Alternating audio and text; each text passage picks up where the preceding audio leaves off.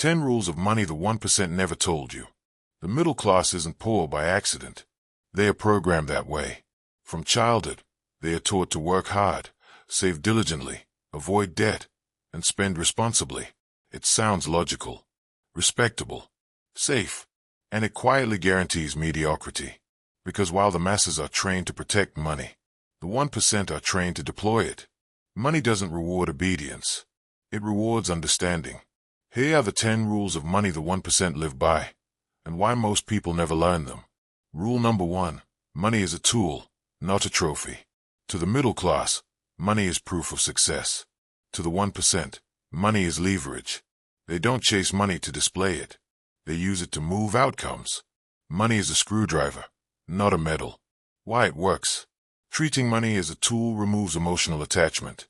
It becomes capital for allocation, experimentation, and compounding, not validation. How the 1% apply it. They reinvest profits instead of upgrading lifestyles. They ask one question before spending. Does this multiply or merely impress? Rule number 2. Velocity over savings.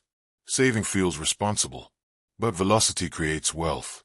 Money that sits still is quietly taxed by inflation and fiat debasement. Money that moves intelligently creates momentum. Why it works. Velocity increases exposure to opportunity.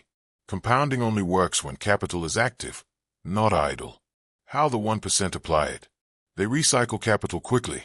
Profits into new deals, exits into acquisitions. They don't hoard cash. They keep it circulating through productive channels. Rule number 3. Debt is a power tool. The poor fear debt. The wealthy fear unproductive debt. Used correctly, debt amplifies outcomes. Used incorrectly, it destroys lives. Why it works. Debt allows control of assets without full capital deployment. It's leverage, not liability, when structured properly. How the 1% apply it. They borrow at low rates to acquire cash-flowing or appreciating assets. Their debt works harder than their labor ever could. Rule number 4. Buy time, not things. Luxury items depreciate. Time appreciates. Every hour reclaimed compounds into focus, clarity, and execution. Why it works. Time is the only non-renewable asset. The wealthy understand that buying back time unlocks higher value decisions. How the 1% apply it. They outsource tasks, hire leverage, and automate complexity. They don't clean their calendars, they protect them. Rule number 5. Taxes are a choice. For those who understand the system, taxes are not fixed. They are optimized. The tax code isn't written to punish wealth. It's written to reward behavior. Why it works. Governments incentivize capital allocation, investment, job creation, and risk-taking. How the 1% apply it. They earn through entities, not wages. They use deductions, depreciation, and jurisdictional arbitrage to legally minimize exposure. Rule number 6. Asymmetric risk. The middle class avoids risk. The 1% engineers it. They seek situations where downside is capped and upside is exponential. Why it works. Asymmetric bets create nonlinear returns. One win can erase dozens of small losses. How the 1% apply it. Startups, private equity, intellectual property.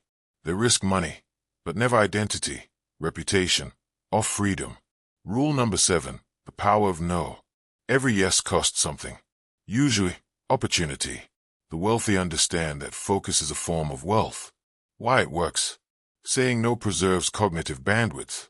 It eliminates dilution of effort. How the 1% apply it.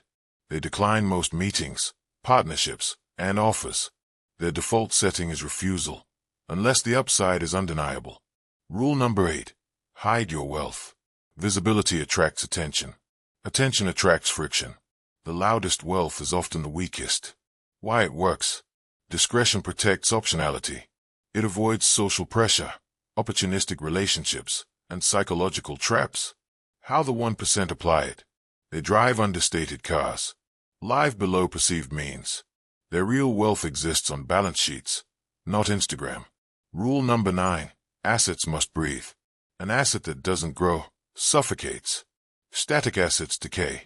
Dynamic assets evolve. Why it works. Markets change. Assets must adapt through reinvestment, innovation, and optimization. How the 1% apply it. They constantly improve businesses, refinance real estate, and reposition capital. Nothing is ever finished. Rule number 10. Legacy over luxury. Luxury ends with the buyer. Legacy outlives them. The ultimate form of wealth is continuity. Why it works. Legacy thinking aligns decisions with durability, not dopamine.